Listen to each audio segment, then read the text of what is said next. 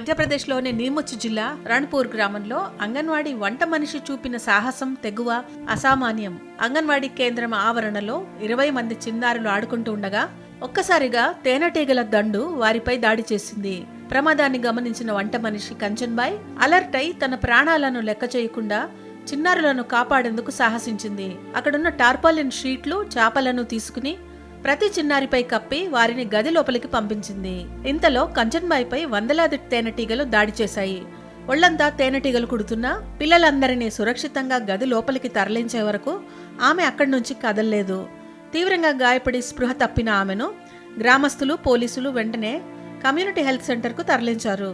అయితే అప్పటికే ఆమె మరణించినట్లు వైద్యులు ధృవీకరించారు.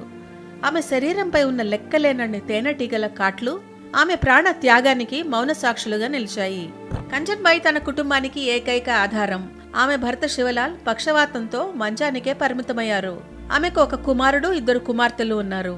జై మాతాది స్వయం సహాయక సంఘానికి అధ్యక్షురాలిగా ఉంటూనే సామాజిక సేవా కార్యక్రమాల్లో చురుగ్గా పాల్గొనేది కంచన్బాయ్. పోస్ట్ మార్టం తర్వాత ఆమె మృతదేహాన్ని గ్రామానికి తరలించారు. అంగన్వాడీ కేంద్రం సమీపంలోని చెట్టుపై భారీ తేనె తుట్ట వేలాడుతోందని, వెంటనే దానిని తొలగించాలని గ్రామస్తులు కోరుతున్నారు. ప్రాణాలను పణంగా పెట్టి చిన్నారులను కాపాడిన కంచన్బాయ్ కుటుంబాన్ని ప్రభుత్వం ఆర్థికంగా ఆదుకోవాలని డిమాండ్ చేస్తున్నారు.